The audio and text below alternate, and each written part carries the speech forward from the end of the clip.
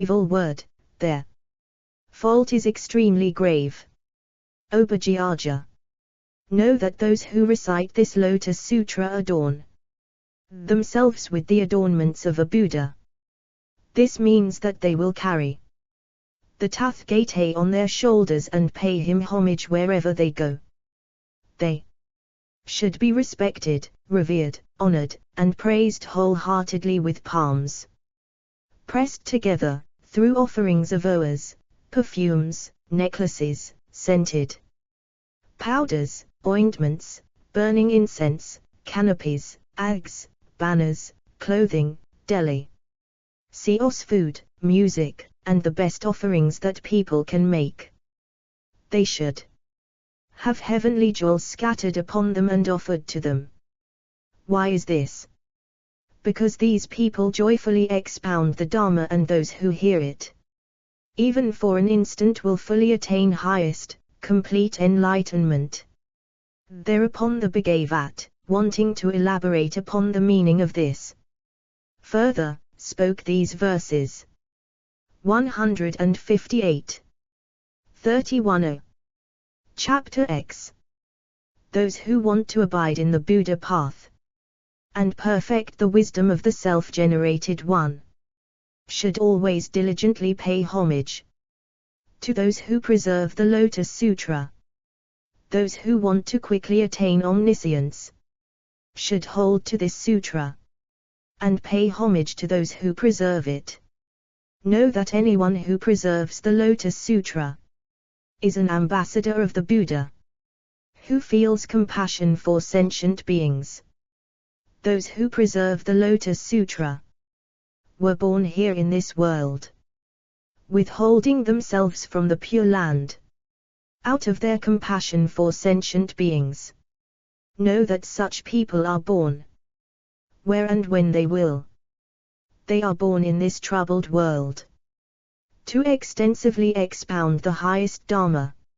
Such expounders of the Dharma should be revered with offerings of divine owers, perfumes, heavenly jeweled clothing, and exquisite celestial jewels.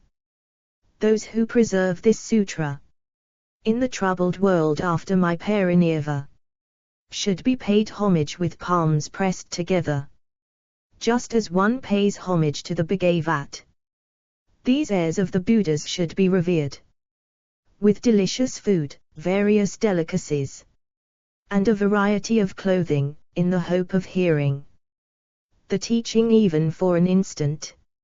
If in the future there is anyone who preserves this sutra, I will dispatch him to the world of humans to carry out the Tathagata's task. If throughout one entire kalpa there is anyone with erring thoughts. 159. 31b.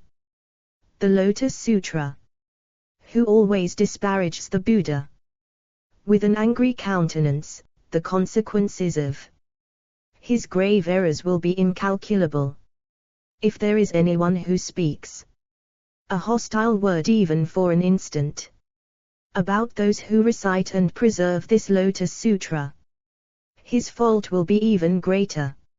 If throughout one entire kalpa there are people seeking for the Buddha path, who praise the Buddha in my presence with incalculable numbers of verses, and with palms pressed together, the merits they attain will be immeasurable because of praising this Buddha. If there are people who praise those who preserve the sutra, their merit will be even greater. You must pay tribute to those who preserve the sutra throughout 80 koyas of kalpas, with the best objects, sounds, fragrances, avas, and materials. If you are able to hear the teaching for even a moment, after having paid tribute in this way, you will then become delighted, thinking, I have now attained great benefits. Obajyaja. I now tell you that I have taught many sutras. Among these sutras, however, the Lotus Sutra is the utmost and best. Then the Buddha spoke further to Bodhisattva Masattva Bhajyaja, saying, there are immeasurable thousands of myriads of kois of sutras I have taught in the past, which I teach now, and which I will teach in the future. Among them, however, this Lotus Sutra is the most difficult to accept and to understand. 160. Chapter X. O Bhajyaja. This sutra is the treasure house of the hidden essence of all the Buddhas. It must not be distributed or heedlessly bestowed upon the people. Since times long past all the Buddha Bhagavats have protected it and have never openly taught it. Moreover, people show great hostility to this sutra, even in the presence of the Tathagata. How much more so after the parinirvana of the Tathagata? O Bhajyaja, you should know that after the parinirvana of the Tathagata, those who copy, preserve, recite, and revere this sutra and expound it for the sake of others will be clothed with the Tathagata's garments and treasured by the present Buddhas of the other directions. Such people will have the power of great faith, the power of aspiration, as well as the power of the roots of good merit. You should know that these people have dwelled together with the Tathagata, and his hand has caressed their heads. O Bhajyaja, wherever this sutra is taught, read, recited, copied, or wherever it is to be found, one should build a 7-jeweled stupa of great height and width and richly ornamented. There is no need to put a relic inside. Why is this? Because the Tathagata is already in it. This stupa should be respected, honored, praised and rendered homage with offerings of all kinds. Avoas, perfumes, necklaces, canopies, ags, banners, music, and songs. If there is anyone able to see this stupa and to pay it homage and honor it, know that such a one is nearing highest, complete enlightenment. O Bhajyaja, among the many people, either among the laity or the ordained, who practice the Bodhisattva path, if they are unable to see, hear, recite, copy, preserve, and pay homage to this Lotus Sutra, know that they are people who are not yet properly practicing the Bodhisattva path. If anyone is able to hear this sutra, such a one is skillfully practicing the Bodhisattva path. Among sentient beings seeking the Buddha path, if there are those who see or hear this Lotus Sutra and, after hearing it, are drawn to it and preserve it, know that they are those who are approaching highest, complete enlightenment. O Bhajyaja, suppose there were a thirsty man seeking water. He drills in search of water on a high plain, yet he sees only dry earth and thus realizes that water is still far away. But he does not cease his efforts until he turns up moist earth and gradually reaches mud. Now he is sure that water must be near. 161. 31c. The Lotus Sutra. The Bodhisattvas are exactly like this. If they have not yet heard, understood, or been able to practice this Lotus Sutra, they should be known as people who are still far away from highest, complete enlightenment. If they hear, understand, contemplate, and are able to practice it, they realize that they are certainly nearing highest, complete enlightenment. Why is this? Because the highest, complete enlightenment of all the Bodhisattvas is within this sutra. This sutra opens the gate of skillful means and reveals the marks of the truth. The treasure house of this Lotus Sutra is deep and remote. No one is able to discover its depths. That is why the Buddha now reveals it, inspiring and perfecting the bodhisattvas. Obhajyaja. If there are bodhisattvas who hear this Lotus Sutra and are confused and frightened, know that they are bodhisattvas in whom the thought of enlightenment has only recently awakened. If there are A with Macron Vakas who hear this sutra and are confused and frightened, know that they are people who have excessive pride. Obhajyaja. If there are any sons and daughters of a virtuous family who, after the parinirva of the Tathagata, want to teach this Lotus Sutra to the fourfold assembly, how should they teach it? These sons and daughters of a virtuous family, after entering the abode of the Tathagata, wearing the Tathagata's garments, and sitting on his seat, should then extensively teach this sutra to the fourfold assembly. The Tathagata's chamber is nothing but the great compassion toward all sentient beings. The Tathagata's garments are the thoughts of gentleness and perseverance, and the Tathagata's seat is the very emptiness of all existing things. After settling among them, one should tirelessly and extensively expound this Lotus Sutra for the sake of the bodhisattvas and the fourfold assembly. Obhajyaja. I will dispatch transformed beings to other worlds, who will gather the people together to hear the teaching. I will also dispatch transformed monks, nuns, laymen, and laywomen to hear this teaching. All these transformed beings will hear the Dharma, believe and accept it, and not reject it. If an expounder of the Dharma resides in a secluded place, I will then dispatch many Devas, Ngas, Yakas, Gandharvas, and Asuras to hear his teaching. Although I will be in a different land, I will periodically let the 162. 32. Chapter X. Expounders of the Dharma see me. If they forget a line of this sutra, I will explain it again, enabling them to master it. Thereupon, the Bhagavat, wanting to elaborate on the meaning of this, further spoke these verses. If you wish to rid yourself of idleness, you should listen to this sutra. This sutra is rarely heard, and it is also difficult to accept.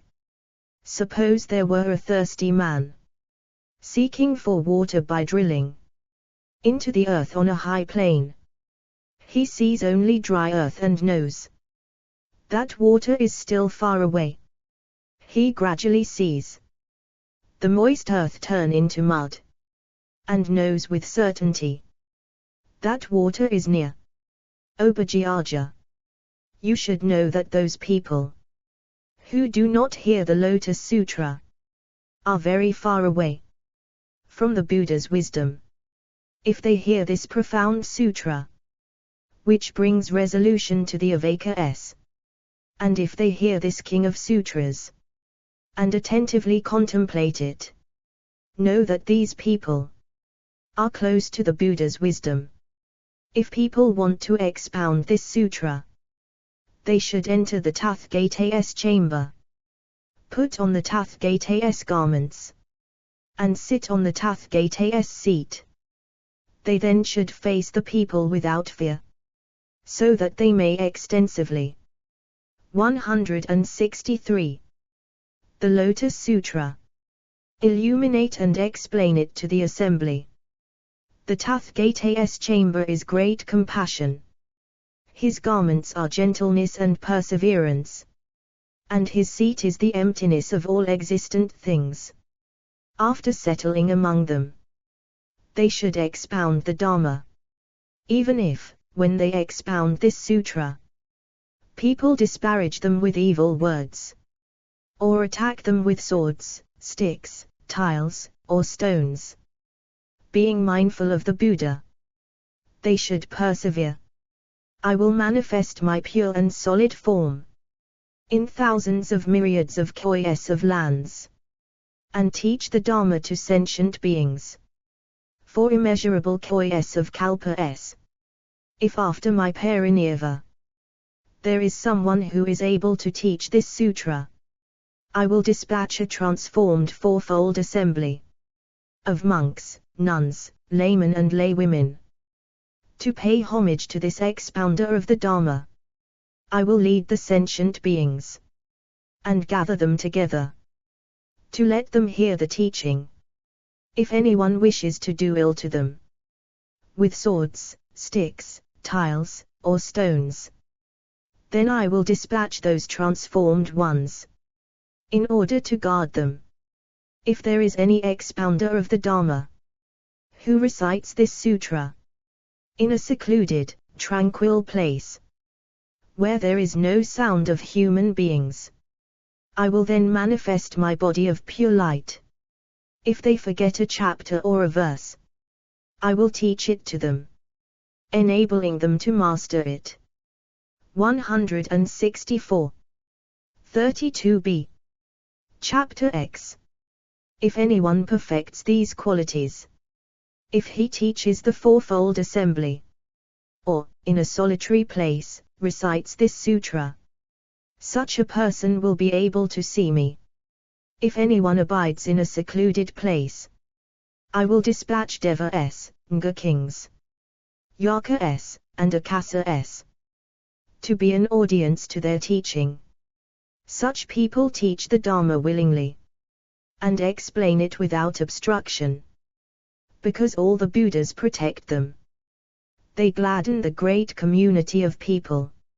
Anyone who closely attends an expounder of the Dharma will immediately attain the Bodhisattva path. Anyone who follows this expounder's instructions will be able to meet Buddhas equal in number to the sands of the Ganges River. 165. Chapter 11. The appearance of a jeweled stupa.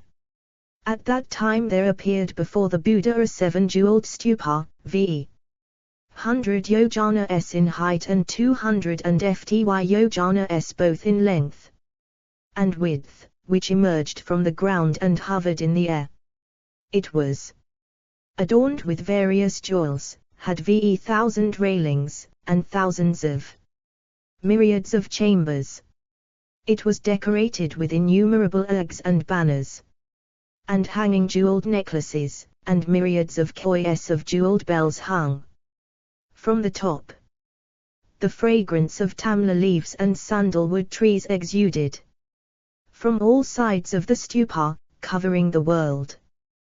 The banners and umbrellas were composed of the 7 jewels such as gold, silver, lapis lazuli, mother of pearl, agate, pearl, and ruby, and they rose as high as the palaces of the world protectors of the 4 quarters. The 33 Devas rained down heavenly mdravaoas in whom age to the jeweled stupa. The other thousands of myriads of kois of humans, and such non-humans as Deva-s, Nga-s, Yaka-s, Gandharva-s, Asura-s, Garua-s, Kinara-s, and Mahoraga-s also respected, honored, revered, and praised the precious stupa by offering all kinds of oas, perfumes, necklaces, eggs, banners, and music. Then a tremendous voice issued forth in praise from the jeweled stupa, saying, "Splendid, splendid! O Kyamuni!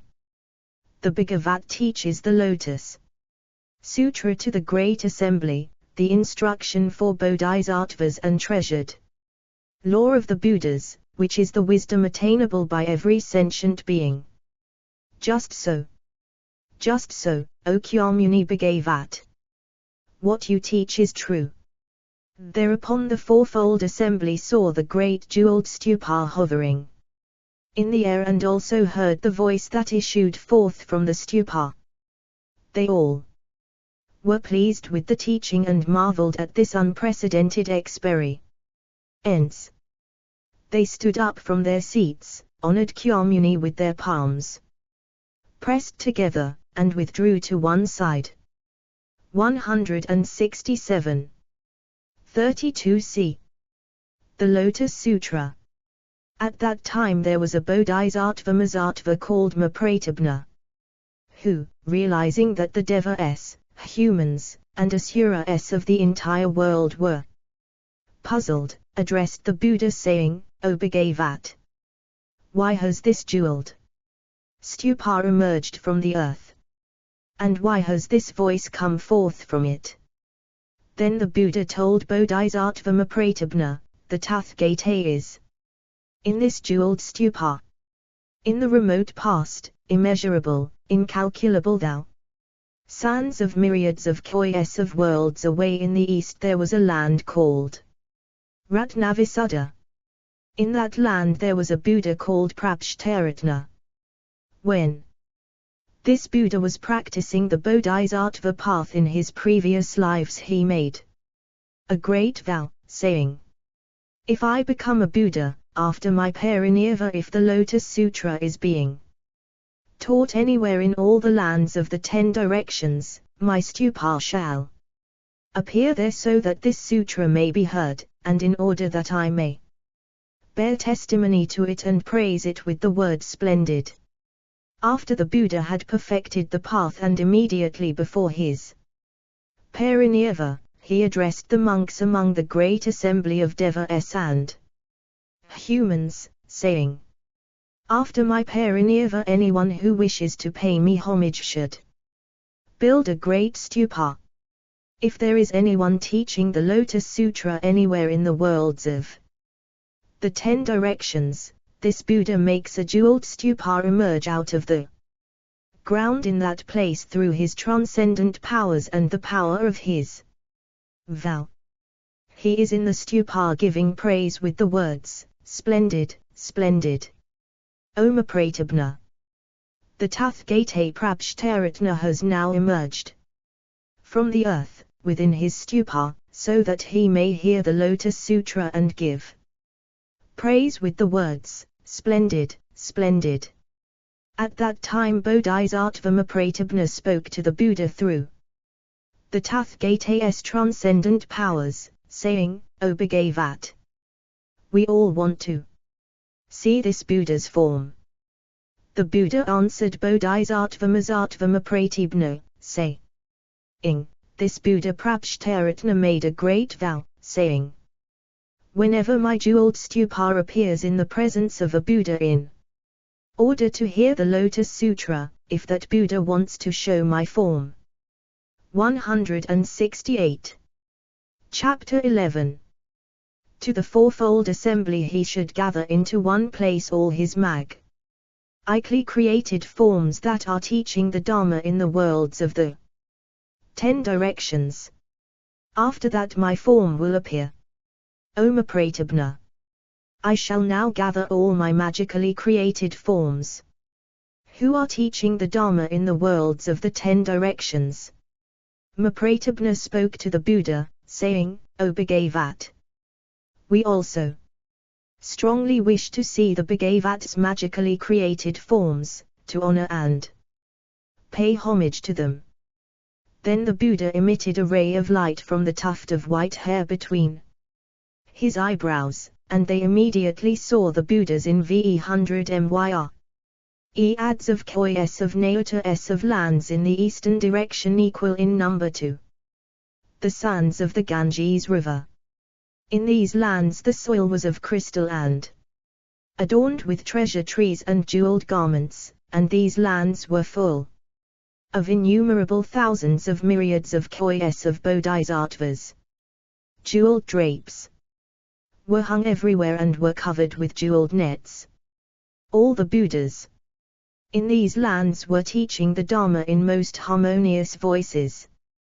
They also saw immeasurable thousands of myriads of koyas of bodhisattvas, ling all the lands and teaching the Dharma to sentient beings. The other directions to the south, north, and west, the four intermediary directions, and the upper and lower regions were also illuminated by the ray of light emitted from the tuft of white hair between the Buddha's eyebrows, and they were also exactly like this. Then all the Buddhas in the 10 directions each addressed the assembly of Bodhisattvas, saying, O sons of a virtuous family, we will now go to the place where Kyamuni is in the Sa world and pay homage to the jeweled stupa of the Tathgate Prabshtaratna. At that time the Sa world was immediately pured, the earth was of lapis lazuli, adorned with jeweled trees, its roads laid out like a chessboard, and bordered with golden cords, and there were no villages, towns, cities, oceans, rivers, mountains, streams, forests, or groves. Very precious incense was burning, ma with macron nda with macron ravaoas were spread everywhere on the earth, and it was covered with jeweled nets and drapes from which jeweled bells hung. With the exception of this assembly the devas and human beings were all moved to other lands. 169. 33. The Lotus Sutra. Then the Buddhas each took one great bodhisattva as an attendant and arrived under a jewel tree in the Sa world. Each jewel tree was v. 100 yojanas in height and adorned with branches, leaves, blossoms, and fruits in their proper turn. Under all these jewel trees were lion seats v. yojanas in height that were adorned with great jewels. The Buddhas each sat cross-legged on these seats. They sat one after another in this way, ling the great manifold cosmos. Yet the separate forms of Kyamuni Buddha of even one direction had not all arrived yet. At that time Kyamuni Buddha, wanting to be able to receive all of his magically created forms, transformed and pured 200 myriads of koyas of naotas of lands in each of the world systems in the 8 directions. There were no hells, hungry ghosts, animals, or asuras, and all the devas and humans were moved to other lands. In these transformed lands the earth was made of lapis lazuli and adorned with jeweled trees. These trees were ve 100 yojanas in height and were adorned with branches, leaves, blossoms, and fruits in their proper turn. Under every tree was a jeweled lion seat ve yojanas in height which was adorned with various jewels. There were no oceans, rivers, or great mountain kings, such as Mount Musalinda, Mount Mamusalinda, Mount Kakrava, Mount Makakrava, or Mount Sumayu. The lands were all made into one Buddha world throughout. The jeweled earth was level and covered everywhere with jewel-studded drapes. Banners and umbrellas were set up, precious incense was burning, and heavenly jeweled oas covered the ground everywhere. Then Kyamuni Buddha again transformed and pured 200 myriads of koyas of naotas of lands in each of the 8 directions so that the Buddhas could come and sit. There were no hells, hungry ghosts, animals, or asuras, and the devas and humans were moved to other lands. In the transformed lands the earth was of lapis lazuli and adorned with jewel trees. The trees were ve 100 yojanas in height and were adorned with branches, leaves, blossoms, and fruits in their proper turn. Under these trees were jeweled lion seats that were ve yojanas in height and decorated with great jewels. There were no oceans, rivers, or great mountain kings such as Mount Musalinda, Mount Mamusalinda, Mount Kakrava, Mount Makakrava, or Mount Sumayu. The lands were all made into one Buddha world throughout. The jeweled earth was level and covered everywhere with 170. Chapter 11. Jewel-studded drapes. Banners and umbrellas were set up, precious incense was burning, and heavenly jeweled oars covered the ground everywhere. Then the magically created forms of Kyamuni Buddha, which had been teaching the Dharma in the hundreds of thousands of myriads of kois of naotas of lands in the east, equal in number to the sands of the Ganges river, gathered here. In this way all the Buddhas in the 10 directions gradually came until all were assembled, sitting in the 8 directions. At that time these Buddha Tathgatas led 400 myriads of kois of naotas of lands in each direction. Then sitting on the lion seats under the jeweled trees, the Buddhas each dispatched their attendants with hands full of jeweled oars to inquire after the Buddha Kyamuni, saying, O son of a virtuous family, you should approach the Buddha Kyamuni on Mount Draka and give him a greeting, saying, are you without illness and pain, and are you full of vigor and at ease? And are the assemblies of Bodhisattvas and Avakas all at ease or not? Then, having paid homage to the Buddha by scattering him with these jeweled oars, say this to him. The Buddha so-and-so wishes you to open this jeweled stupa.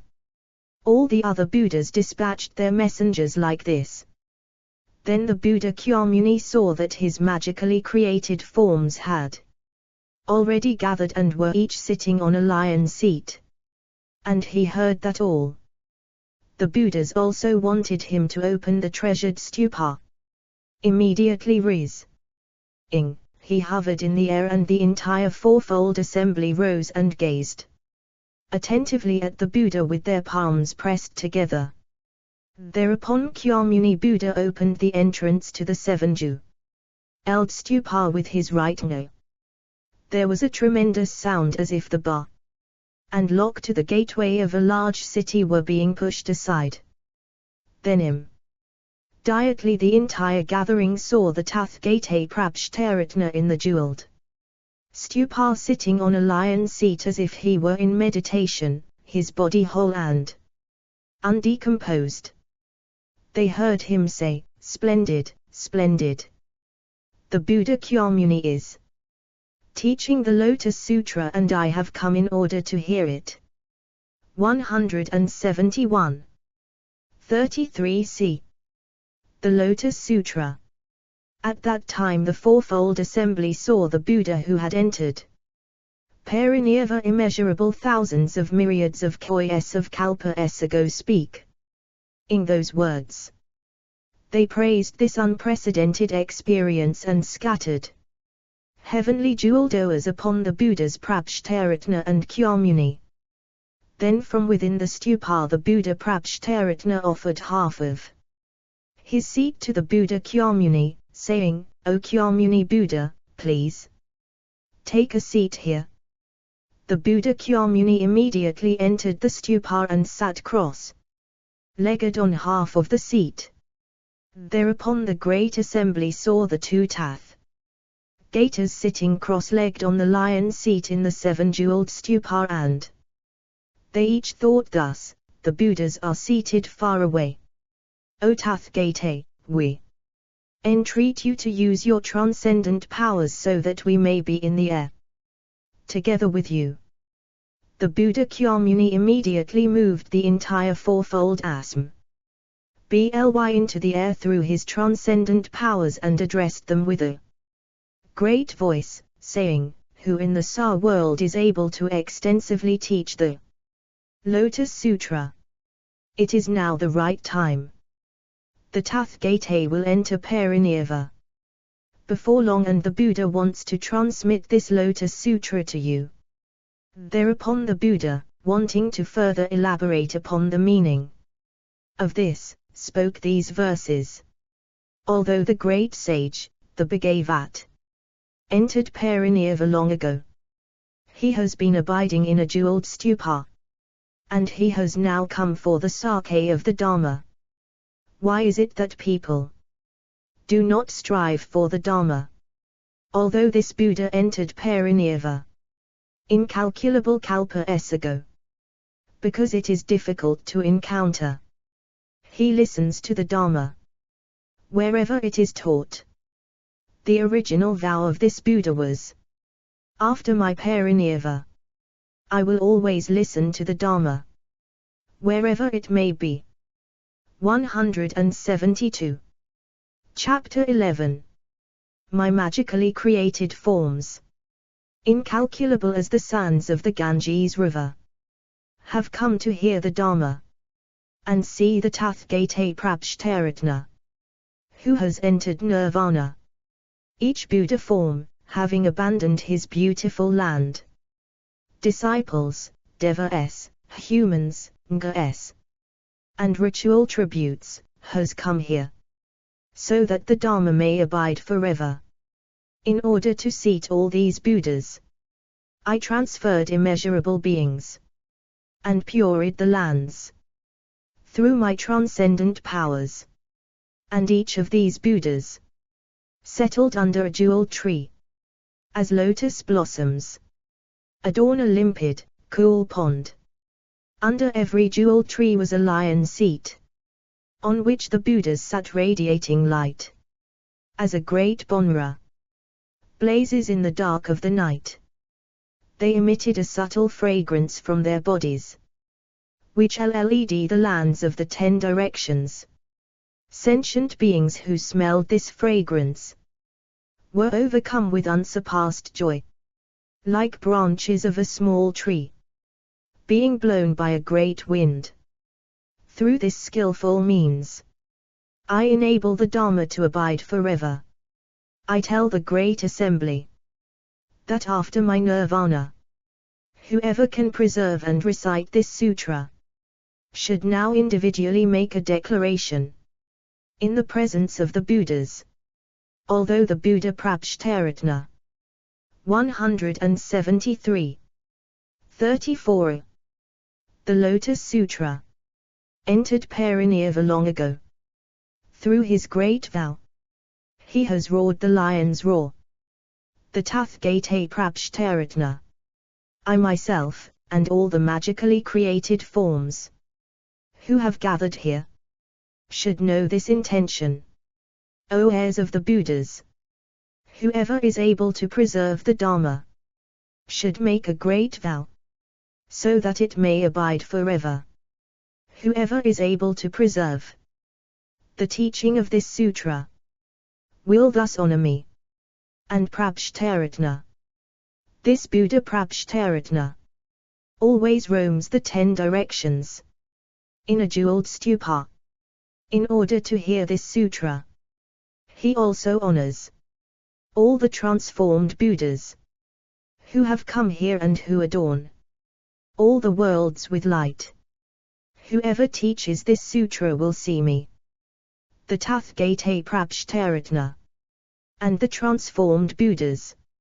O sons of a virtuous family, each of you must carefully consider this.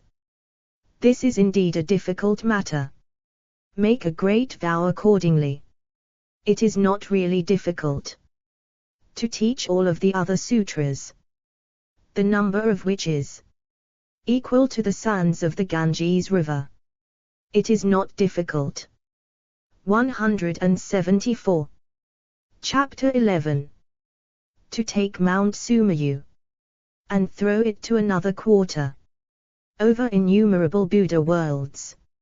It is also not difficult to shake free the manifold cosmos with one toe and throw it far into another distant world. It is not difficult to stand on the highest summit of the world and teach the other innumerable sutras for the sake of sentient beings. However, it will indeed be difficult to teach this sutra in the troubled world. After the Buddha's nirvana, it is not difficult for anyone to grasp empty space and wander around with it. But it will certainly be difficult to copy and preserve this sutra, and cause others to copy it. After my nirvana, it is not really difficult to put the great earth on a toenail and ascend with it to the world of Brahmas. However, it will indeed be difficult to recite this sutra, even for a moment, in the troubled world. After the Buddha's nirvana, it is not really difficult to enter into the conagration at the time of the close of a kalpa, carrying hay on your back, and yet not be burned. 175. The Lotus Sutra. It certainly will be difficult to preserve this sutra and teach it to even a single person. After my nirvana, it is indeed not really difficult for anyone to preserve the 84,000 treasure houses of the Dharma and the 12-fold scriptures, and teach them so that the listeners can attain the 6 transcendent powers. It will indeed be difficult for anyone to hear and accept this sutra, and to ask about its meaning. After my nirvana, it is not really difficult for people to do such beneficial things as teaching the Dharma, and making thousands of myriads of cohesive, immeasurable, incalculable sentient beings, numbering as many as the sands of the Ganges River, attain arhatship and perfect the 6 transcendent powers. It will certainly be difficult to preserve such a sutra as this. After my nirvana, I have extensively taught many sutras in incalculable lands, from the beginning until now, for the sake of the Buddha path, and yet among them, this sutra is the best. If anyone preserves it, he preserves the form of the Buddha. O sons of a virtuous family, those who preserve and recite this Lotus Sutra after my nirvana must now individually make a declaration. 176. 34b.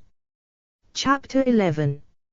In the presence of the Buddhas, it is hard to preserve this sutra. If anyone preserves it, even for a single moment, I shall truly rejoice. All of the other Buddhas will do so also. Such people as these are praised by the Buddhas. They are courageous. They are persevering. They are known as those who follow the rules of good conduct and carry out ascetic practices. Subsequently they quickly attain the highest Buddha path. Those in the future who recite and preserve this sutra are the true heirs of the Buddha, and abide in the stage of purity. Those who can understand its meaning after the Buddha's nirvana will become the eyes of the world for devas and humans.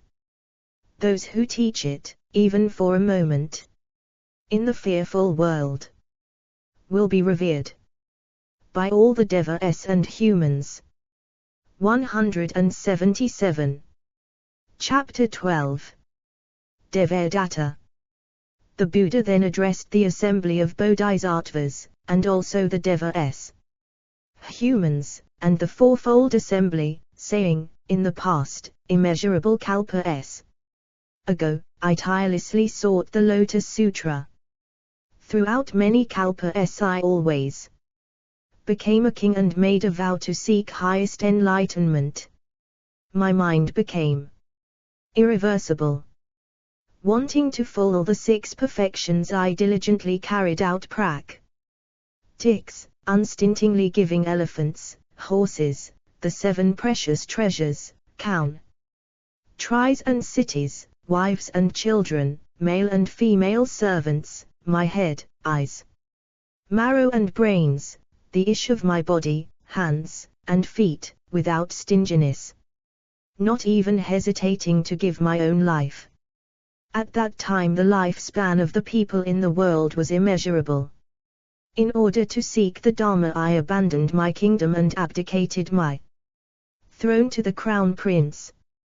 Beating a drum I proclaimed to the 4 directions that I was seeking the Dharma, saying, I will be as a servant for the rest of my life to whosoever can teach me the Mahayana. At that time there was a sage who came to this king and said, I possess the Mahayana teaching called the Lotus Sutra. If you faithfully obey me, I will expound it to you. Having heard the sage, the king became joyful and ecstatic and, accompanying the sage, he did everything he was asked. He gathered fruits, drew water, collected rewood, and provided meals. He even provided his own body as a bed for the sage. Yet he never tired in either body or mind, and in this way served the sage for 1,000 years.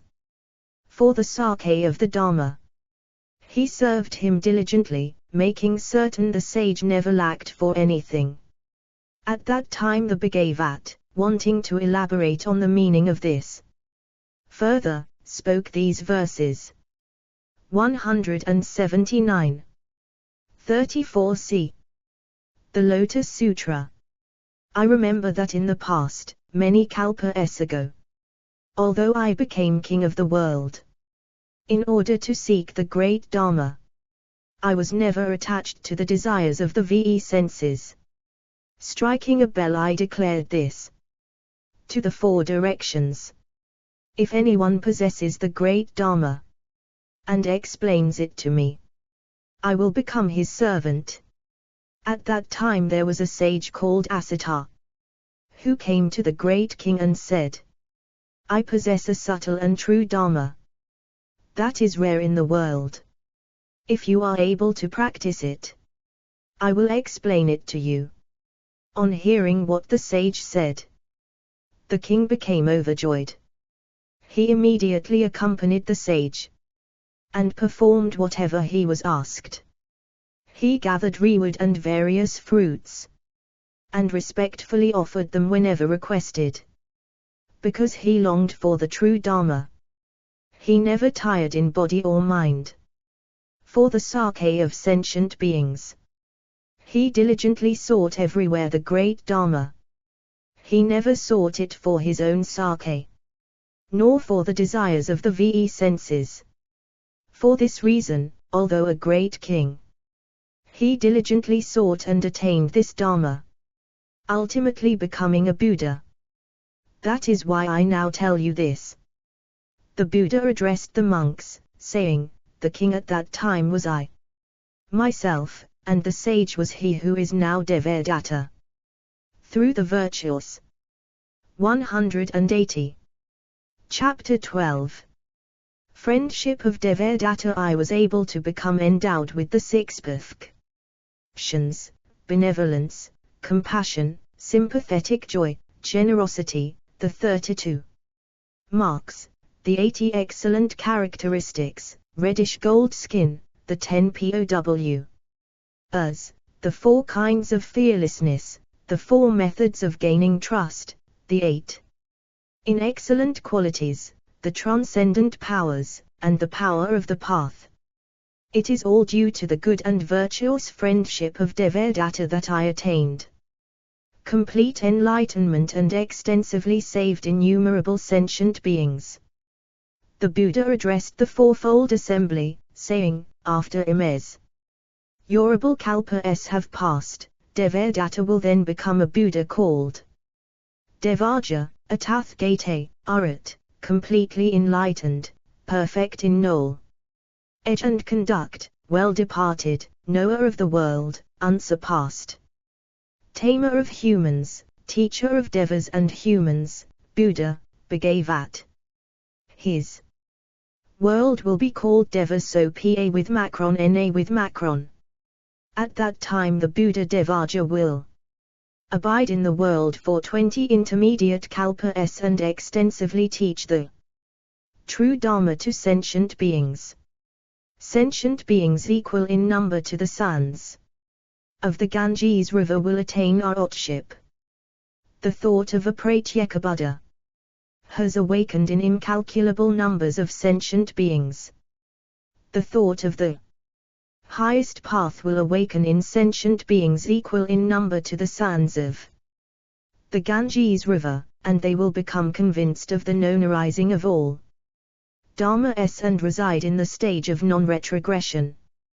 Then, after the parinirvana of the Buddha Devaja, the true Dharma will abide in the world for 20 intermediate kalpas.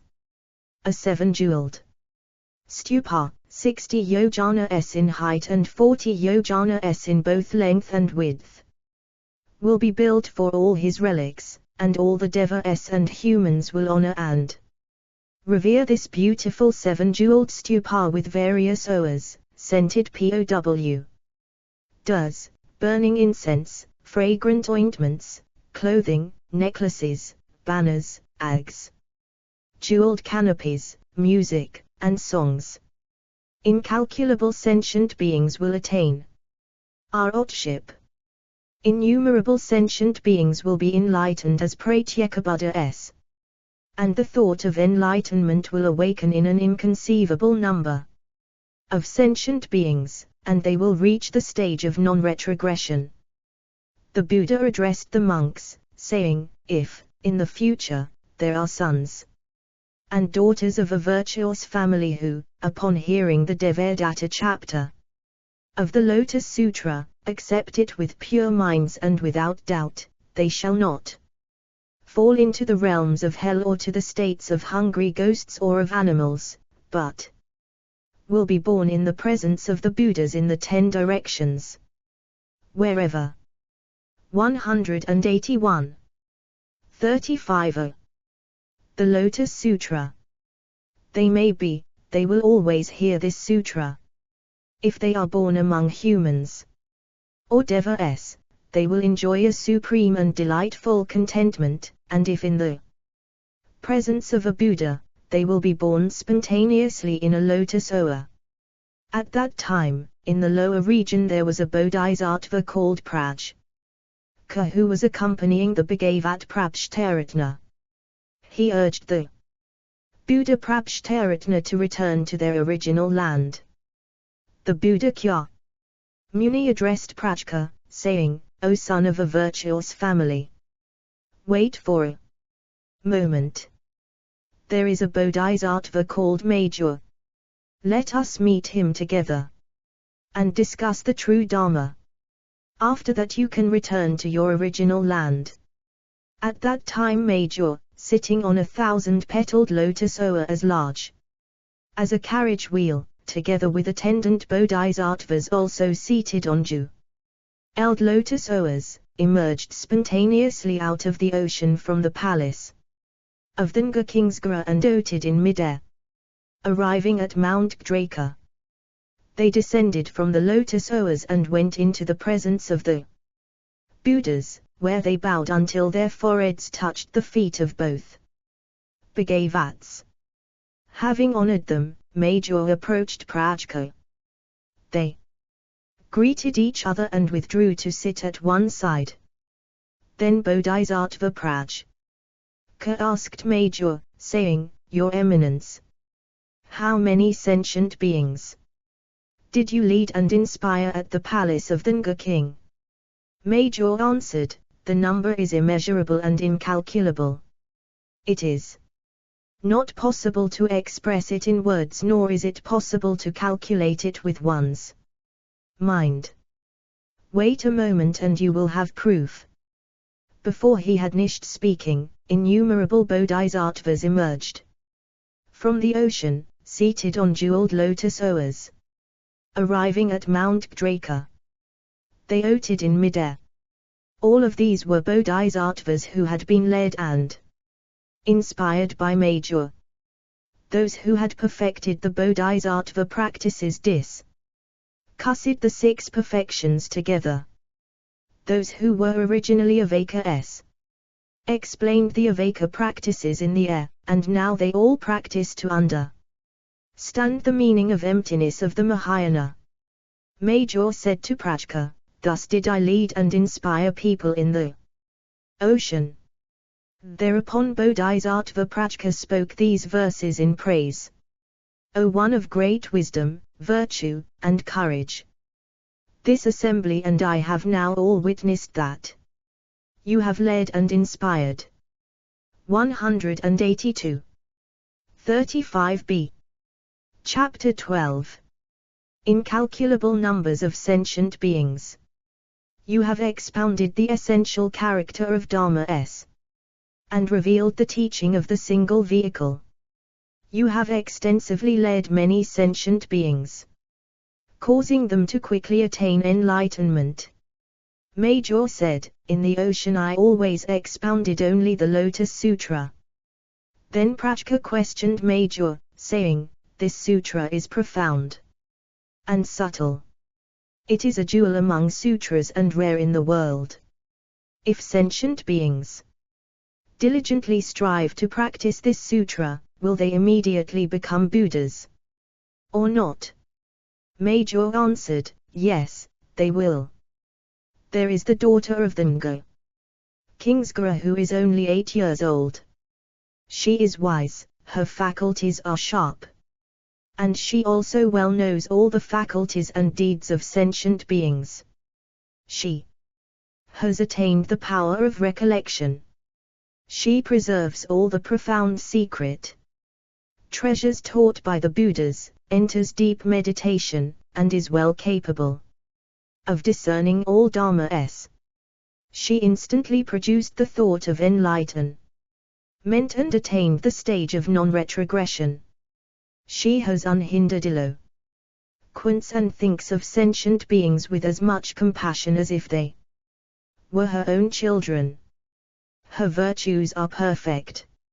Her thoughts and explanations are subtle and extensive, merciful, and compassionate. She has a harmonious mind and has attained enlightenment." The Bodhisattva Prajka said, "I see the Tathagata who has been incessantly carrying out difficult and severe practices for immeasurable kalpas, accumulating merit and virtue while seeking the Bodhisattva path. Looking into the great manifold cosmos, there is not a single place, even the size of a mustard seed, where this Bodhisattva has not abandoned his life for the sake of sentient beings. He attained the path to enlightenment only after this.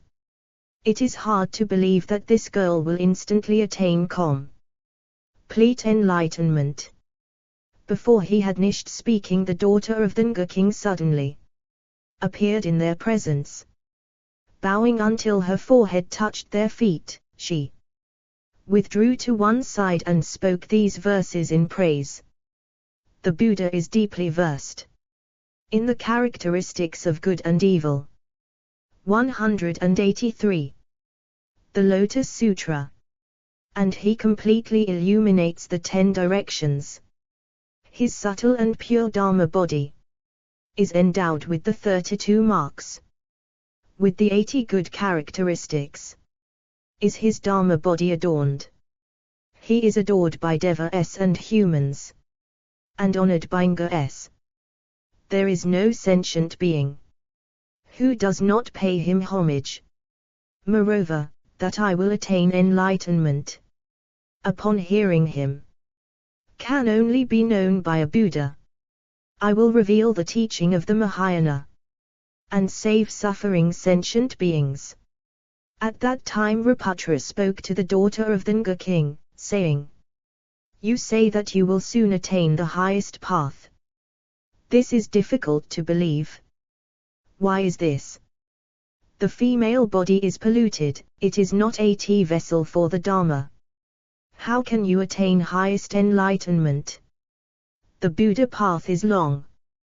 One can only attain it after diligently carrying out severe practices, and completely practicing the perfections over immeasurable kalpa s. Moreover, the female body has ve obstructions. The RST is the inability to become a great Brahma. The second is the inability to become Sakra. The third is the inability to become Ra, and the fourth is the inability to become a universal monarch, Chakravartin.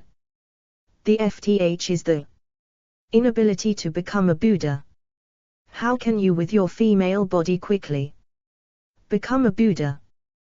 Then the daughter of the Nga king presented to the Buddha a jewel worth the great manifold cosmos, and the Buddha accepted it. The dwarf of the Nga king spoke to Bodhisattva Prajka and the noble Ruputra, saying, I offered a jewel and the Bhagavat accepted it. Was that done quickly or not? They answered, saying, it was done extremely quickly. The daughter said, through your transcendent powers watch me become a Buddha even more quickly than that. 184. 35c. Chapter 12. Then the assembly there all saw the daughter of the Nga king instantly transform into a man, perfect the Bodhisattva practices, go to the Vimal world in the south, sit on a jeweled lotus oa, and attain highest, complete enlightenment, become endowed with the 32 marks and 80 XL lent characteristics, and expound the true Dharma universally for the Sake of all sentient beings in the 10 directions. Then the Bodhisattvas, Avaka S, 8 kinds of Deva S, Nga S, and so on, humans and non-humans of the Sa world, all saw in the distance that the daughter of the Nga king had become a Buddha and was universally teaching the Dharma for the Sake of the humans and Deva S in that assembly. They rejoiced greatly and honored her from afar. On hearing the Dharma, incalculable numbers of sentient beings became enlightened and attained the stage of non-retrogression. Incalculable numbers of sentient beings received their predictions to the path, and the Vimal world quaked in 6 ways. In the Sa world 3,000 sentient beings attained the stage of non-retrogression, and 3,000 sentient beings in whom the thought of enlightenment had awakened, received their predictions. The Bodhisattva Prajka, Ruputra, and the entire assembly accepted and believed in silence. 185. Chapter 13. Perseverance. At that time Bodhisattva Masattva Bhajaja and Bodhisattva Masattva Mapratabna made this declaration in the presence of the Buddha, together with 2,000 Bodhisattvas, O Bhagavat. We entreat you not to be concerned, since, after the Buddha's parinirvana, we will serve, recite, and teach this Lotus Sutra. In the troubled world to come, sentient beings will have hardly any roots of good merit, but will have excessive pride and will be greedy to receive offerings. They will increase their roots of bad merit and thus will be far away from liberation. It will be difficult to lead and inspire them.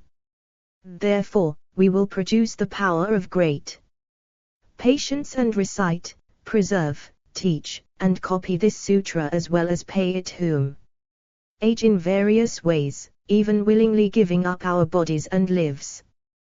Then in the assembly, the 100 Arhats who had received their predictions addressed the Buddha, saying, O Bhagavat, we also declare that in other lands we will extensively teach this sutra. Moreover, 8,000 of those who had received their predictions, including those who had more to learn and those who did not, rose from their seats and with their palms pressed together, faced the Buddha and made this declaration, O Bhagavat. We also will extensively teach this sutra in other lands. Why is this? Because in the Sa world there are many erring people, with excessive pride and superficial virtue, those who are quick to anger, deceitful, and untrue. Thereupon the Buddha's aunt, the nun Maprajpat Gautame, with 6,000 nuns, some of whom had more to learn and some who did not, rose from their seats and with their palms pressed together gazed attentively at the Buddha, never turning their eyes away. Then the Bhagavat spoke to Mapraj Pat Gautame, saying, "Why are you anxiously staring at the Tathagata? Are you thinking that I have not given you your prediction of highest, complete enlightenment?" Oh. 187. 36. The Lotus Sutra. Maprajpat Gautame. I have previously said that all of the Avakas would receive their predictions. Now if you wish to know your prediction, I will tell you that in the future you will become a great expounder of the Dharma, taught by 68,000 koyas of Buddhas.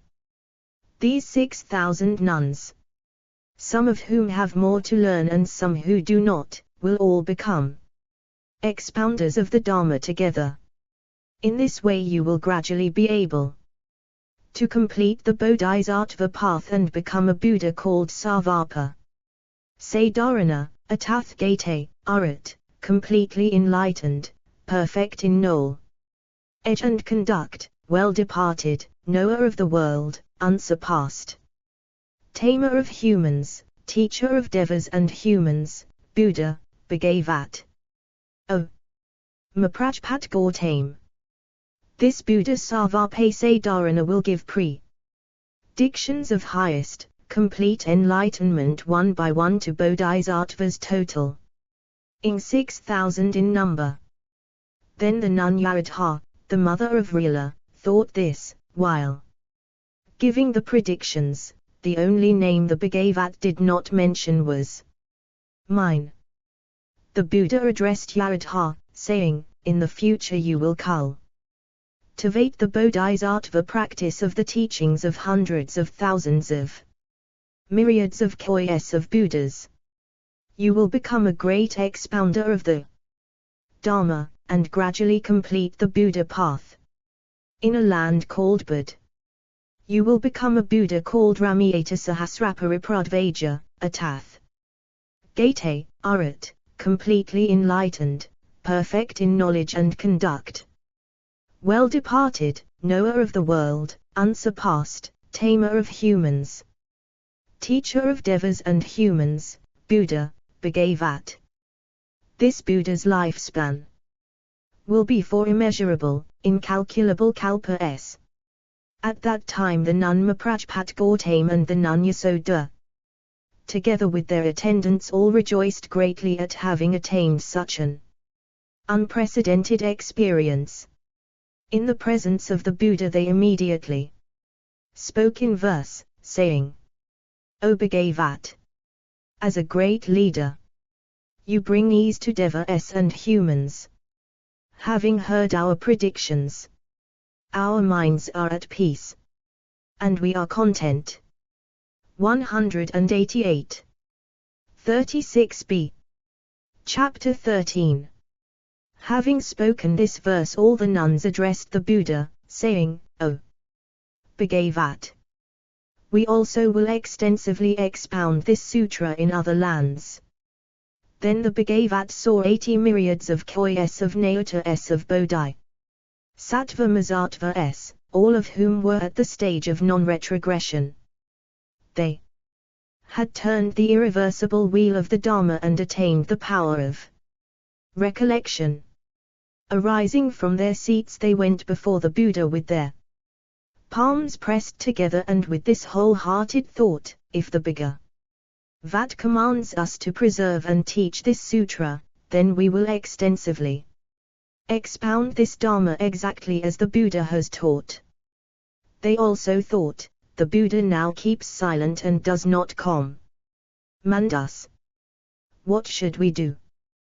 Then all of the Bodhisattvas, respecting the Buddha's intention and also wanting to fulfill their original vow, uttered a lion's roar in the presence of the Buddha and declared, O Bhagavat! After the Tathagatas Parinirva, we will roam throughout the worlds of the 10 directions, enabling sentient beings to copy, preserve, and recite this Lotus Sutra, and to explain its meaning, practice it according to the Dharma, and remember it correctly. This will all be due to the Buddha's majestic power. O Bhagavat! We entreat you to protect us from afar while we are in other quarters. Immediately after that, all of the Bodhisattvas spoke these verses in unison. We entreat you not to be concerned, because we will extensively teach in the fearful, troubled world. After the Buddha's parinirva, we will be patient with those who are ignorant, those who disparage others with evil words, or who attack us with sticks and swords.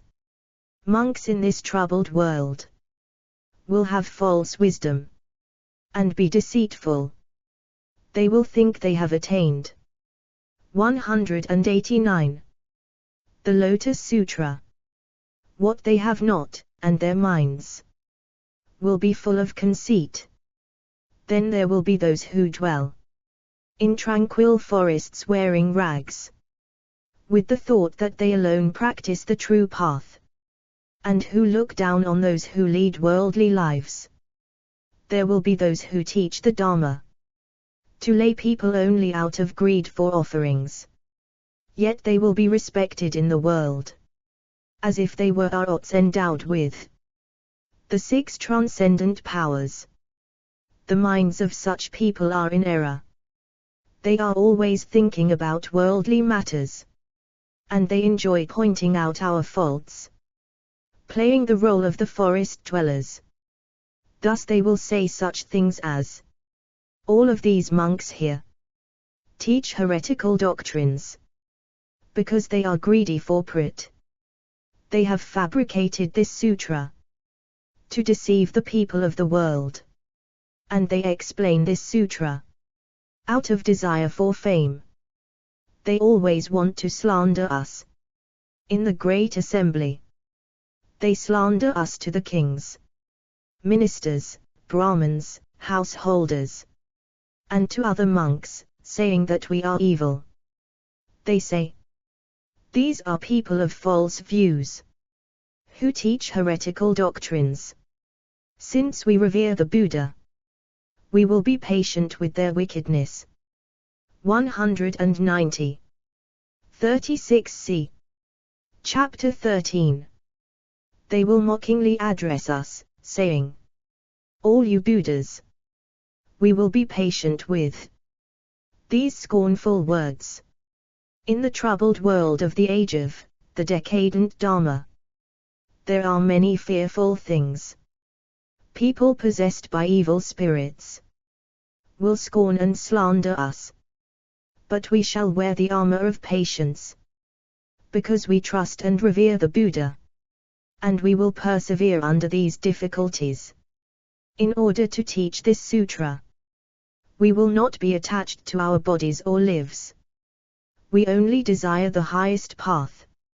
In the future we will preserve what the Buddha has entrusted us with. The Bhagavat himself must know that the erring monks in the troubled world will not understand the Dharma taught by the Buddha through skillful means, according to what is appropriate to sentient beings. They will utter evil words with angry countenances, and they will repeatedly expel us, and keep us away from the monasteries and stupas. There will be many evils such as this. We will all endure in these matters, because we remember the Buddha's decree. If there are any people seeking this Dharma in villages or cities, we will all go there and teach the Dharma entrusted to us by the Buddha. because we are the Bhagavat's ambassadors. Wherever we go we have nothing to fear. We will skillfully teach the Dharma. We entreat you, O Buddha, to be at ease. 191. The Lotus Sutra. In the presence of the Bhagavat, and all of the Buddhas who have come from the 10 directions, we make this declaration. O Buddha, you know our intentions. 192. 37. Chapter 14. Ease in practice. Thereupon the Prince of the Dharma, Bodhisattva Masattva Manjur, addressed the Buddha, saying, O Bhagavat, these Bodhisattvas are very rare. In respectful obedience to the Buddha they have made this great vow, in the troubled world to come, we will preserve, recite, and teach this Lotus Sutra. O Bhagavat, how can these Bodhisattva Masattvas teach this sutra in the troubled world to come? The Buddha addressed Major, saying, if the Bodhisattva Masattvas want to teach this sutra in the troubled world to come, they should abide in the 4 kinds of practices. The RST is to establish the sphere of their Bodhi Sattva practice and the sphere of their relationships and thereupon expound this sutra for the Sakhe of sentient beings. O Major, what is the sphere of the practice of the Bodhisattva Masattva? If a Bodhisattva Masattva abides in the stage of perseverance, is gentle, tranquil, non-violent, and unafraid, and furthermore if he remains unmoved with regard to existent things and perceives them in their true aspect, and neither acts nor discriminates, this is called the sphere of the practice of the Bodhisattva Masattva. What is the sphere of the relationships of the Bodhisattva Masattva? The Bodhisattva Masattva should not consort with kings, princes, ministers, and chief officials. He should not consort with heretics, Brahmins, Jains, and others, or with worldly writers, critics of poetry, materialists, or extreme materialists. Nor should he become acquainted with pranksters, boxers, wrestlers, clowns, and various jugglers, nor with outcasts and people who raise boars, sheep, chickens, and dogs, nor with hunters, fishermen, and those with evil conduct. A Bodhisattva should teach such people the Dharma if they come to him, but expect nothing. Nor should a Bodhisattva consort with monks, nuns, laymen, and lay women who seek the Aveka vehicle. Nor should he greet them. The Bodhisattva should avoid their company in chambers, on roads, or while in lecture. 193. 37b. The Lotus Sutra. Halls, and not remain with them.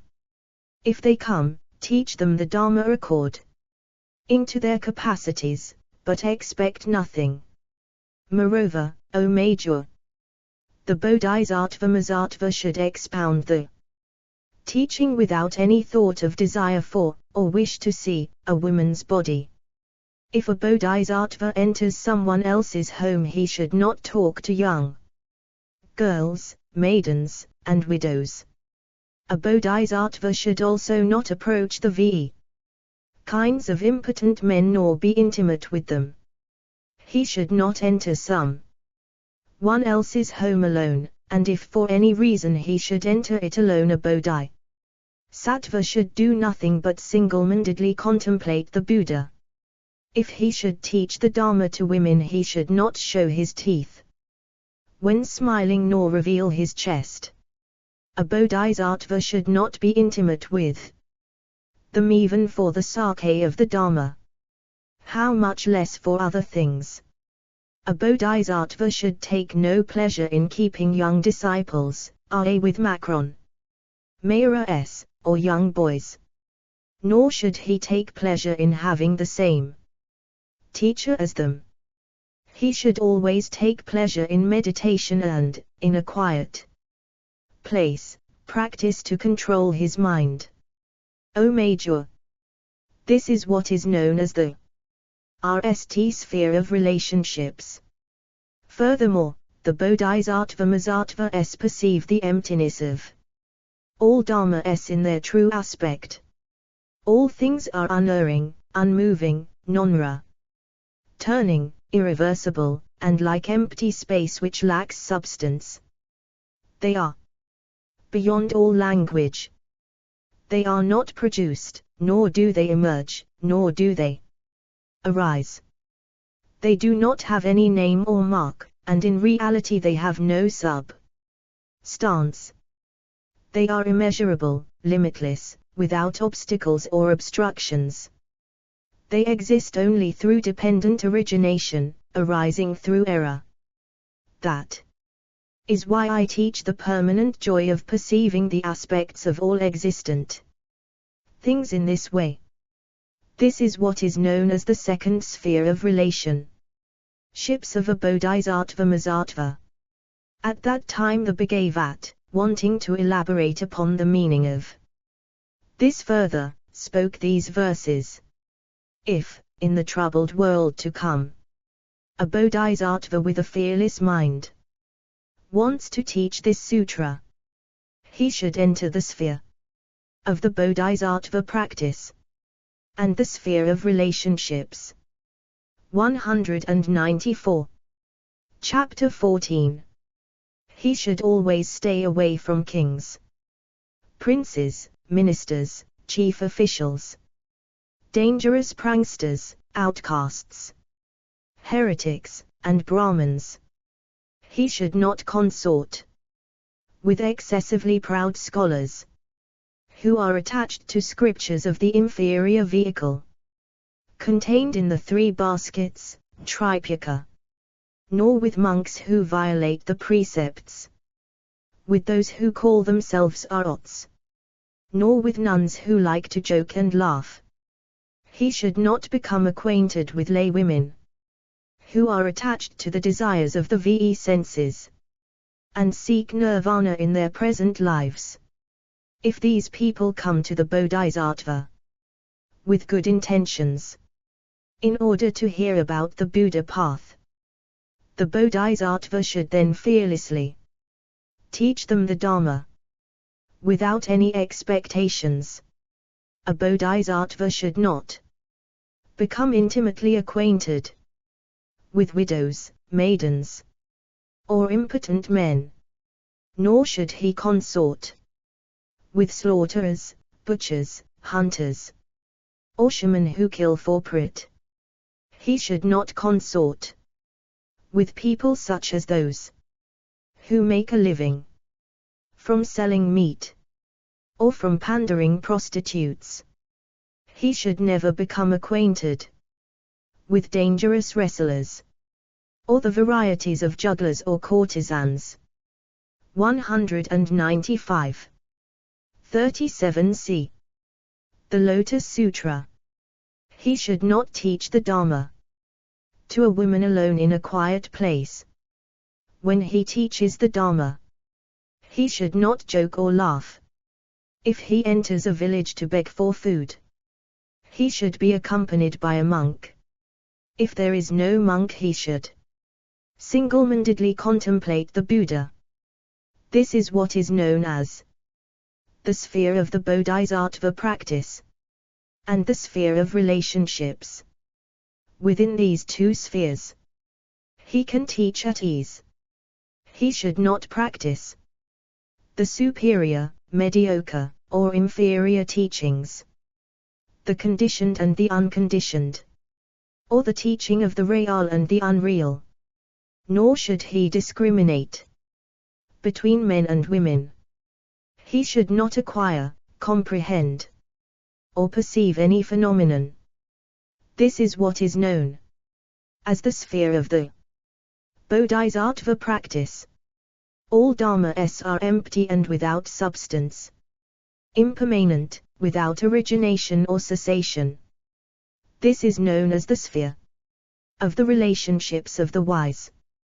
Through the error of discrimination, one sees all existent things as existing or non-existing, real or unreal, produced or unproduced. Being in a quiet place, the Bodhisattva carries out practices to control his mind. 196. Chapter 14. And remains as Rm and unmoved as Mount Sumayu. He should regard all dharmas as being without substance, like empty space, which has no ahamness. All dharmas are neither produced, nor do they emerge. They are immovable, non-returning, and always remain in their single character. This is known as the sphere of relationships. Any monk after my parinirva, who enters the sphere of practice and the sphere of relationships, will not be disheartened.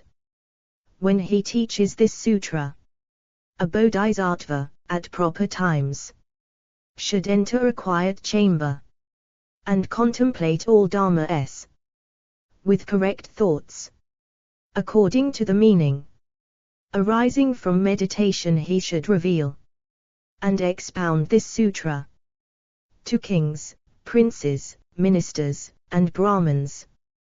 Then his mind will be at ease and unafraid. O Major, this is the Bodhisattva, who RMLY abides in the Dharma from the beginning, and in the world to come will be able to teach the Lotus Sutra. Furthermore, O Major, after the Tathagatas parinirva, anyone who wants to teach this sutra in the age of the decadent Dharma should abide in ease of practice. When he expounds or recites this sutra, he should not take pleasure in talking about the faults of people or of the sutra, nor 197. 38. The Lotus Sutra. Should he slander other expounders of the Dharma or talk of the good and bad, strong and weak points of others? As for the Avakas, a bodhisattva should not name them and point out their faults, nor name them and praise their virtues. Moreover, he should not feel any hatred, because if he skillfully practices ease of mind in this way, those who listen to him will not oppose his intentions. If he is asked difficult questions, he should not answer using the teaching of the inferior vehicle. He should take his explanation only from the Mahayana, which will enable them to attain omniscience. At that time the Bhagavat, wanting to elaborate the meaning of this verse, spoke these verses. The Bodhisattva should always willingly teach the Dharma at ease, establishing his seat in a pure place.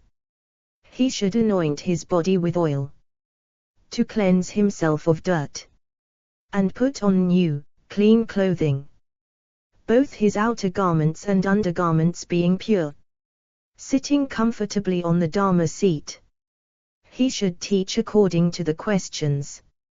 If there are any monks, nuns, laymen, and laywomen, or kings, princes, subjects, officials, and commoners, using subtle ideas, he should teach them with a composed countenance. If they have difficult questions, he should answer in accordance with the meaning, expounding and illuminating it with various explanations and illustrations. Through these skillful means, he should awaken the thought of enlightenment in them all, gradually begetting them and causing them to enter the Buddha path, ridding them of idle minds. 198. Chapter 14. And lazy thoughts, as well as anxieties. He should compassionately teach the Dharma. He should continuously expound the teaching of the highest path, both day and night, using various explanations and incalculable illustrations, revealing this to sentient beings. He will cause them all to rejoice. He should not expect to receive any clothing, bedding, food and drink, or medicine. He should only single-mindedly think of teaching the Dharma, gain mastery of the Buddha path, and enable sentient beings also to attain it. It is exactly this kind of offering that brings great binay and ease. After my parinirva, if there is any monk who is able to explain the Lotus Sutra, his mind will be free from the obstructions of jealousy, anger, and anxiety. He will also be without sorrows, and no one will slander him. He will not be afraid of being attacked with swords and sticks, and he will not be expelled from the Sangha, because he abides in perseverance. The wise skillfully compose their minds in this way, and can abide in ease, as I have described above. One would not be able to fully describe the qualities of such a person through calculations and illustrations. 199. 38b. The Lotus Sutra. Though they lasted for thousands of myriads of koyas of kalpas. Furthermore, O Major, in the future when the Dharma becomes extinct, any bodhisattva masattva who preserves and recites this sutra will not feel jealous or be deceitful, nor will he insult those who study the Buddha path by pointing out their good qualities or their deficiencies. If there are any monks, nuns, laymen, and laywomen who are seeking the Aveka vehicle, the Pratyekabuddha vehicle, or the Bodhisattva path, a Bodhisattva will not worry them, causing them to have doubts by saying, "You are very far away from the path and will never be able to attain omniscience." Why is this? Because you are negligent and idle in the path. Moreover, a Bodhisattva also should not devise hollow sophistries concerning the teachings and argue about them. In him the thought of great passion for all sentient beings should awaken, together with the thought that all Tathagatas are compassionate fathers and that all Bodhisattvas are great teachers. He should always deeply respect and pay homage to all of the great Bodhisattvas in the 10 directions. He should teach the Dharma equally to all sentient beings in accordance with the Dharma, explaining neither too much nor too little. Nor should he teach too much even to those who are deeply enthusiastic about hearing the Dharma. O Major, in the future world, when the Dharma is to be extinguished, this Bodhisattva Masattva, having perfected the 3rd sphere of ease in practice, will not be perplexed when he teaches this Dharma. He will become acquainted with good fellow students who will recite this sutra together. He will also acquire a great following who come to hear his teaching, preserve it after hearing it, recite it after preserving it, teach it after reciting it, copy it after teaching it, and enable others to copy, respect, honor, praise, and pay homage to the Lotus Sutra. Thereupon the Bhagavat, wanting to elaborate on the meaning of this, further spoke these verses. If anyone wants to teach this sutra, he should get rid of jealousy, anger. 200. Chapter 14. Pride, atari, deceitfulness, and falsity. He should always practice honest conduct. He should not slander others, or make up fallacies about the Dharma. Nor should he cause others to be doubtful by saying, "You will not become a Buddha." This heir of the Buddha who teaches the Dharma should always be gentle, patient, and compassionate to all. He should never have lazy thoughts. He should respect the great bodhisattvas in the 10 directions who practice the path out of their compassion for sentient beings, and think that they are his great teachers. He should think that all the Buddha Bhagavats are the most excellent fathers. Destroying arrogance, he should teach the Dharma without obstructions. The third sphere of the teaching of ease in practice is like this. The wise should preserve it. Those who practice wholeheartedly and at ease will be honored by innumerable sentient beings. Furthermore, O Major, in the future world when the Dharma is to be extinguished, any bodhisattva Mahasattva who preserves this Lotus Sutra will awaken the thought of great kindness toward lay Buddhists and renunciants, and also awaken the thought of great compassion toward non-bodhisattvas. He should think, people like these have really missed the Tathagata's teaching of the Dharma according to their capacities through skillful means. They do not hear, know, or realize it. They do not ask, believe, or understand. Those people do not even ask questions about this sutra, believe it, or understand it.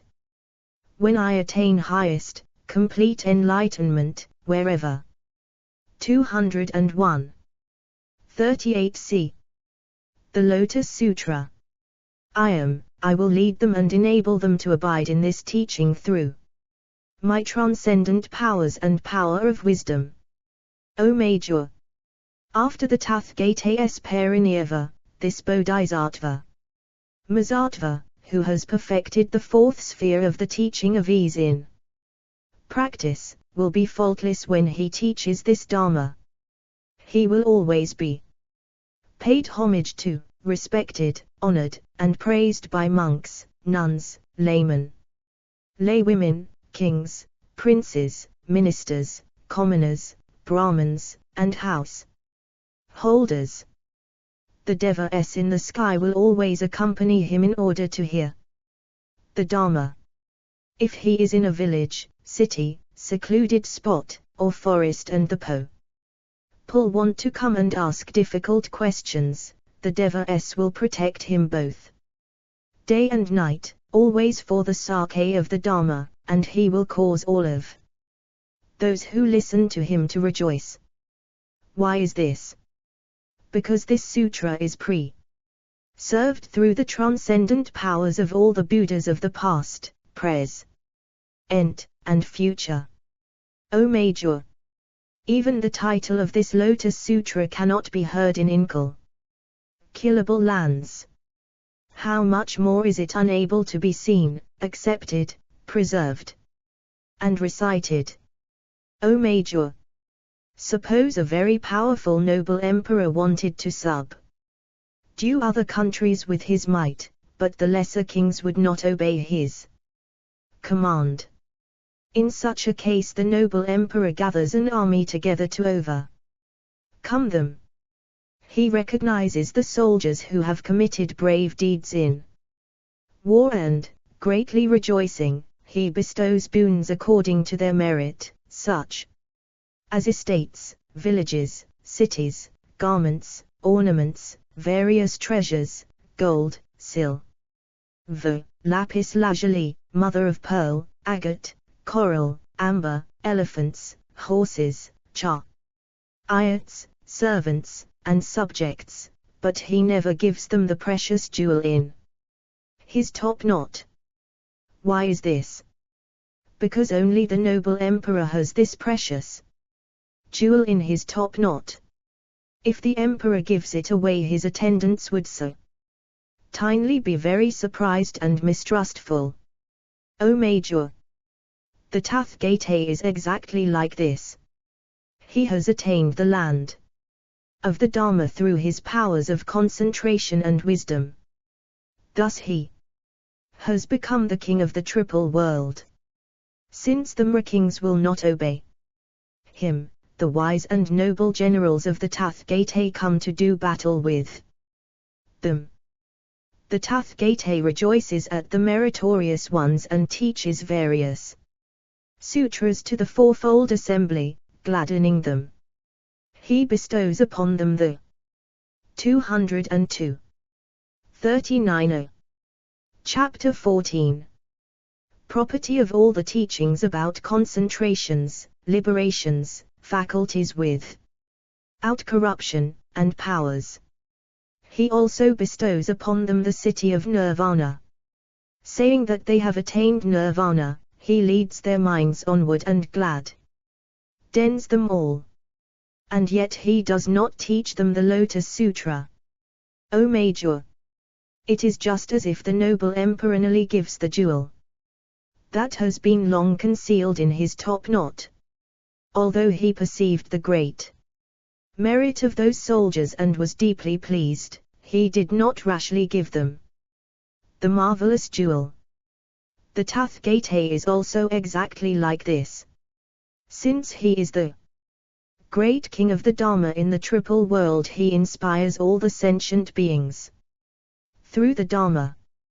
When he sees the wise and noble soldiers who have done battle with the Mra of the VE aggregates, the Mra of desires, and the Mra of death, who have great merit in battle, and have extinguished the 3 poisons, left the triple world, and broken out of Mra's net, he then rejoices greatly. He now teaches the Lotus Sutra, which is treated with hostility by the entire world and is difficult to believe in, and which he has never taught before, and enables sentient beings to attain omniscience. O Major! This Lotus Sutra is the ultimate teaching of all the Tathgatas, the most profound among all the teachings, and conferred at the very end. It was in the same way that the very powerful and noble emperor gave the jewel after having preserved it for a long time. O Major! This Lotus Sutra is the secret treasure house of all the Buddha Tathgatas, and the foremost among all the sutras. The Buddha has preserved it for a long time and he has not taught it indiscriminately. Now, for the RST time he teaches it. At that time the Bhagavat, wanting to elaborate on the meaning of this, further spoke these verses. Always practice patience, and be compassionate toward all, since only then can one expound a sutra praised by the Buddha. In the future those who preserve this sutra should be compassionate and kind toward lay Buddhists, renunciants, and non-bodhisattvas. Saying 203. The Lotus Sutra. Those who have not heard this sutra, or who do not believe in it, have consequently lost a great opportunity. When I attain the Buddha path, I will expound this teaching through various skillful means, and enable them to abide in it. Suppose there was a powerful, noble emperor, who bestows upon those soldiers meritorious in battle various gifts of elephants, horses, chariots, conveyances, ornaments, estates, villages, cities, garments, various treasures, servants, and wealth. He gives these gifts with joy.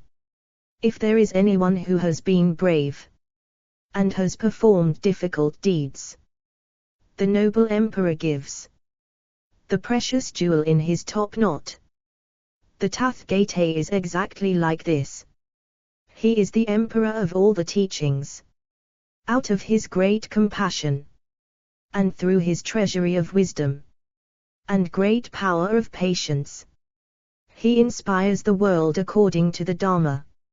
Seeing all the sentient beings suffering, seeking liberation, and doing battle with the Mras, He explains various teachings for the beings, and teaches various sutras, with his great skillful means, knowing that the sentient beings have finally attained the power to understand.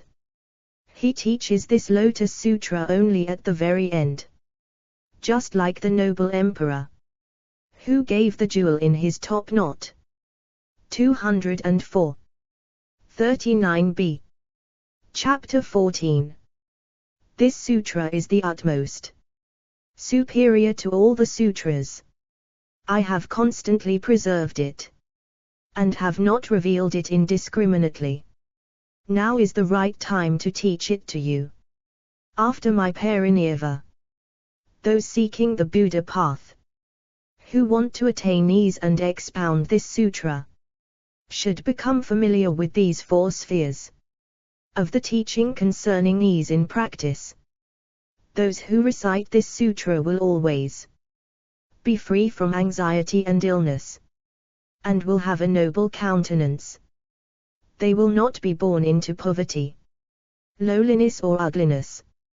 Sentient beings will want to meet them, just as they long to meet a wise seer. And all of the Devaputras will serve them. Sticks and swords cannot hurt them, and poison cannot harm them. If people slander them, those slanderers' mouths will be sealed up. They will travel fearlessly, like a lion king, and the light of their wisdom will illuminate just like the sun. If they dream, they see only subtle things. They see the Tathagatas seated on lion seats, teaching the Dharma to the assembly of monks surrounding them. They see Ngās and Asuras, as numerous as the sands of the Ganges river, honoring the Tathagatas, with their palms pressed together, revealing themselves. 205. The Lotus Sutra. They teach the Dharma to these beings. They also see the Buddhas, with golden bodies, emitting immeasurable rays of light, which illuminate universally, and expounding various teachings, with beautiful voices like Brahma's, to the fourfold assembly. The Buddha teaches the highest Dharma, revealing themselves among them. They praise the Buddha, with palms pressed together. Hearing the Dharma they rejoice, and pay homage to the Buddha. They attain the power of recollection, and achieve the wisdom of non-retrogression. The Buddha, knowing their minds, and that they have deeply entered the Buddha path, gives them a prediction of the highest complete enlightenment, saying, O son of a virtuous family, in the future you will attain immeasurable wisdom and the great path of the Buddha. Your land will be pure and vast, beyond all comparison. The fourfold assembly will also be there, listening to the Dharma with their palms pressed together. They who recite this sutra also see themselves in mountain forests, practicing excellent teachings, experiencing the real aspect, deeply entering into concentration, and looking at the Buddhas in the 10 directions, all of whom have golden bodies, adorned with 100 auspicious marks. 206. 39c. Chapter 14.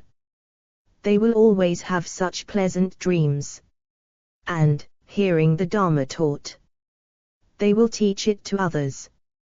They will also dream about becoming the king of a realm who abandons his palace and retinue, and the highly pleasing desires of the VE senses, approaches the terrace of enlightenment, sits on the lion seat under the Bodhi tree, attains the wisdom of all the Buddhas, after seeking the path for 7 days, and who, arising, turns the wheel of the Dharma, after having attained the highest path.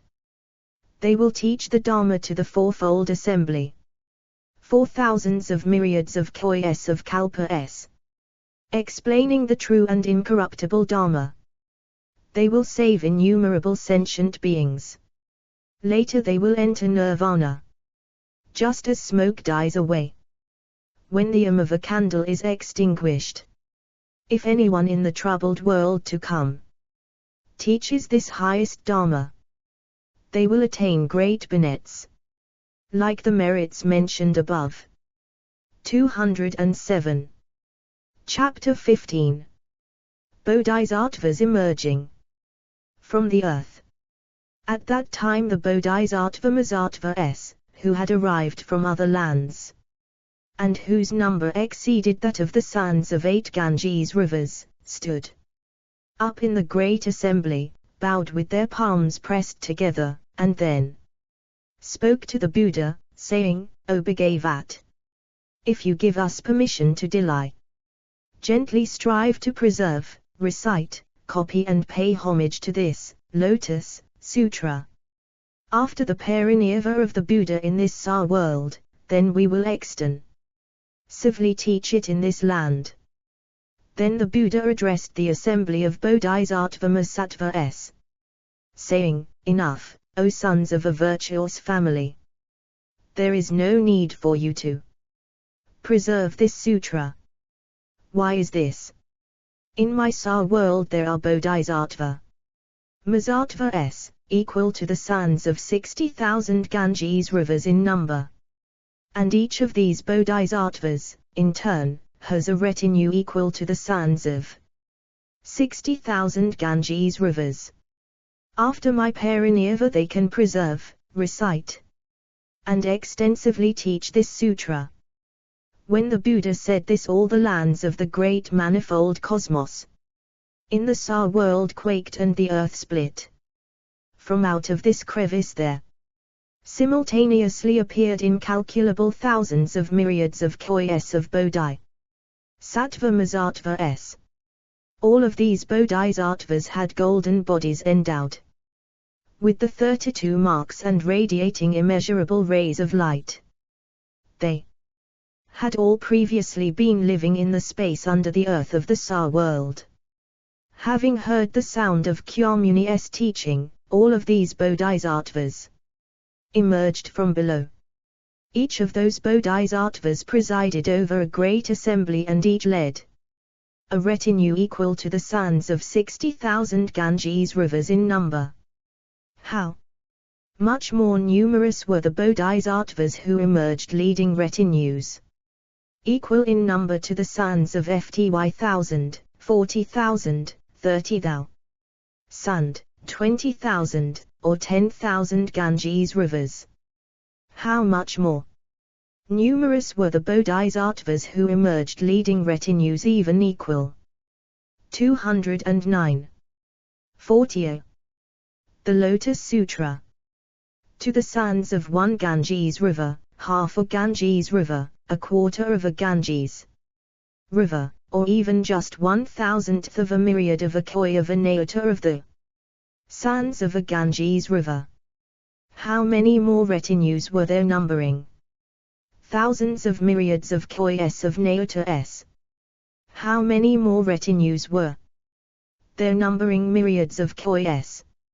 How many more were those numbering 10 million, 1 million, or even 10,000? How many more were those numbering 1,000, 100, or even 10? How much more number else were Bodhisattvas leading disciples numbering ve, 4, 3, 2, or even 1? And how many more Bodhisattvas were there who had eagerly practiced alone and far from the worldly life? The number of such Bodhisattvas as these is incalculable and limitless, beyond all calculation and metaphor. Having emerged from the earth, each of these Bodhisattvas approached the Tathagatas Prabhshtaratna and Kyamuni, still seated in the beautiful 7-jeweled stupa in the air. Going up to them, they bowed until their heads touched the feet of both Bhagavats.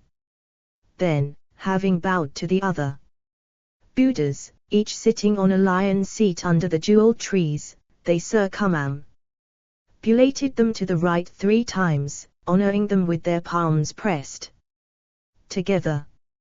Having praised them with various bodhisattva eulogies, they withdrew to one side and joyfully gazed at the 2 Bhagavats. All these bodhisattvas, having emerged from the earth, praised the Buddhas with various bodhisattva eulogies. While they did, intermediate kalpas passed. During this time the Buddha Kyamuni sat in silence, and the fourfold assemblies were also silent while the intermediate kalpas passed. Because of the Buddha's transcendent powers, the great assemblies believed that the time that had passed was only half a day. Then, through the transcendent powers of the Buddha, the fourfold assemblies also saw the bodhisattvas ling the air throughout immeasurable hundreds of thousands of myriads of koyas of lands. There were 4 leaders among those bodhisattvas gathered there. They were called Ayakritra, Anantakritra, Visuddhakritra, and Supratiyata Kritra. These 4 bodhisattvas were the foremost leaders in the assembly. At the head of the great assembly, they each pressed their palms together, gazed at Kyamuni Buddha, and inquired of him, saying, O Bhagavat! Are you without illness or pain? Are you at ease in practice or not? Do those who 210. Chapter 15. Should be saved accept your teaching easily or not? Do they not make you weary, O Bhagavat? Thereupon the 4 great bodhisattvas spoke these verses. O Bhagavat! Are you at ease? Are you without illness or pain? Are you fatigued with leading and inspiring sentient beings? Do the sentient beings accept your guidance easily or not? Do they not tire the Bhagavat? At that time the Bhagavat spoke to the great assembly of bodhisattvas, saying, It is exactly like this, O sons of a virtuous family. It is exactly so. The Tathagata is at ease and without illness or pain. It is easy to save sentient beings, and I am not fatigued. Why is this? Because sentient beings have continually received my guidance throughout many lives, and they have also planted roots of good merit by revering and honoring the Buddhas of the past. When these sentient beings saw me and heard my teaching, all except for those who had previously practiced and studied the inferior vehicle, immediately believed and accepted it and entered the Tathagatas wisdom. Now I enable even such people as these to listen to this sutra and enter the Buddha's wisdom. Then the great bodhisattvas spoke these verses. Splendid, splendid. O Bhagavat, great hero! All the sentient beings can easily be brought to the path. They can ask about the profound wisdom of the Buddhas. Hearing about it, they trust and accept it. We rejoice about this. At that time the Bhagavat praised the foremost of the great bodhisattvas, saying, Splendid, splendid, O sons of virtuous family! Thoughts of joy regarding the Tathagata have awakened in you. 211. 40b. The Lotus Sutra. Then Bodhisattva Maitreya and the assembly of Bodhisattvas equal in number to the sands of 8,000 Ganges rivers thought this. Looking far into the past, we have never seen or heard of such an assembly of great Bodhisattvas, who have now emerged from the earth and are standing before the Bhagavat with their palms pressed together in reverence, asking the Tathagata questions. Then Bodhisattva Masattva Maitreya, knowing the minds of the Bodhisattvas whose number was equal to the sons of 8,000 Ganges rivers, and wanting to clear up their confusion, faced the Buddha with the palms of his hands pressed together and addressed him in verse, saying, "We have never seen such a great assembly of incalculable thousands of myriads of kois of bodhisattvas before. We entreat you, O best of humans, to explain it to us. Where have they come from? For what reason have they gathered here? They look magnificent and have great transcendent powers. Their wisdom is beyond our comprehension. They are in their resolve, have the power of great perseverance, and an appearance that sentient beings desire to see. Where have they come from? Each of these bodhisattvas is leading a retinue whose number is incalculable, like the sands of the Ganges River. Some great bodhisattvas are leading retinues equal in number to the sands of 60,000 Ganges rivers. Great are the assemblies, single-mindedly seeking the Buddha path. 212. 40c. Chapter 15. These great leaders, equal in number to the sons of 60,000 Ganges rivers, have come all together to pay homage to the Buddha and preserve this sutra. The number of bodhisattvas leading retinues, equal in number to the sons of 50,000 Ganges rivers, is even greater, and the number of bodhisattvas who lead retinues, equal in number to the sons of 40,000, 30,000, 20,000, 10,000, 1,000, 100, even 1/2, 1/3, 1/4, 1 myriadth of a koi of the sons of a Ganges river exceeds even these. There are disciples who number thousands of myriads of naotas, myriads of kois, or even half a koi. Their numbers also exceed that mentioned above. There are also disciples in retinues of 1,000,000, 10,000, 1,000, 100, fty, 10, even 3, 2, or 1 in number. There are also great bodhisattvas who have come without retinues, desiring to be in solitude. The number of those who have come before the Buddha is far beyond any calculation.